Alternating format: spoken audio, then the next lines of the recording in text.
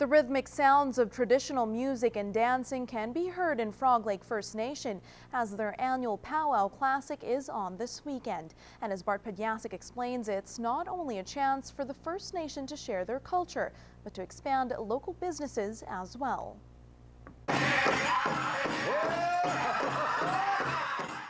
Dressed in ceremonial garb, Frog Lake First Nation dancers moved along to the beat of the drum as they entertained the hundreds that came out. The annual event brings in people from all over Canada and the U.S. as they celebrate their culture. It brings our membership together and brings other nations to our nation.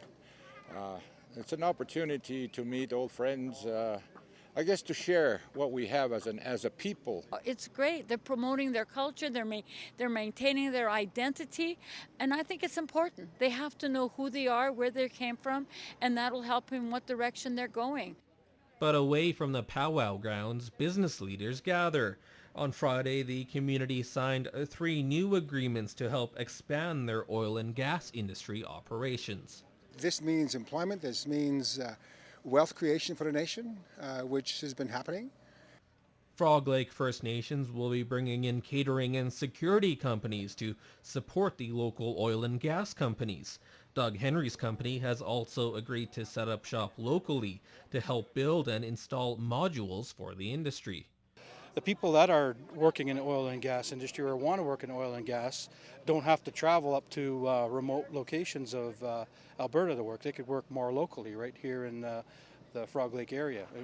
And as the powwow celebrations continue and expand every year, the same can be said for Joe Dion's company. We're also working with companies, oil companies off the reserve, and we're looking at doing stuff in Saskatchewan, Manitoba, and probably U.S. as well. Bart Podjasic, Newcap News. It was another successful event for the town of St. Walburg today. The town was brimming with blueberries as hundreds of people came to the 25th annual Wild Blueberry Festival.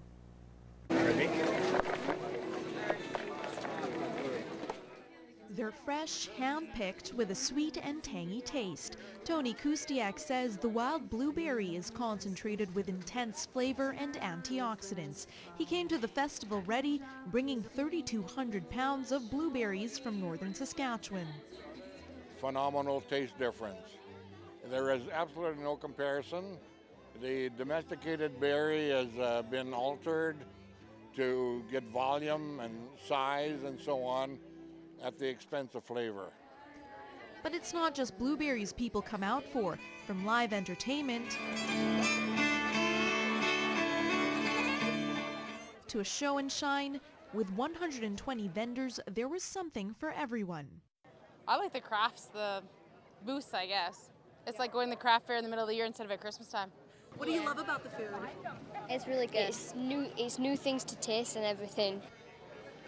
Thousands of people from across Canada have visited the festival throughout the years, and for many first-timers, they say it's the sense of community that will bring them back.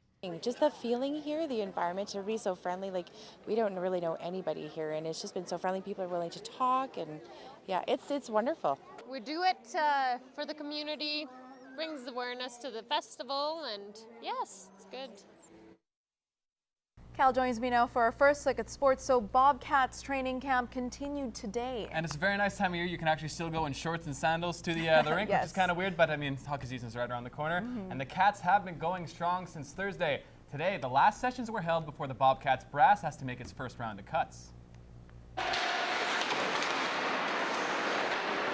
Since Thursday, as I said, Bobcats hopefuls have been put through the paces both on and off the ice. Today was the last chance to impress Gary Van Haerway and company as Campies took to the ice for their final inter-squad games before the roster is cut down and coaches couldn't ask for anything more. It's been very competitive and, it's sometimes over-competitive and you get emotions involved and guys know they're competing to preserve their spots. Other younger guys are looking to try and grab a spot. So, those things happen and certainly that's a big part of a camp and you want it to be as competitive as possible.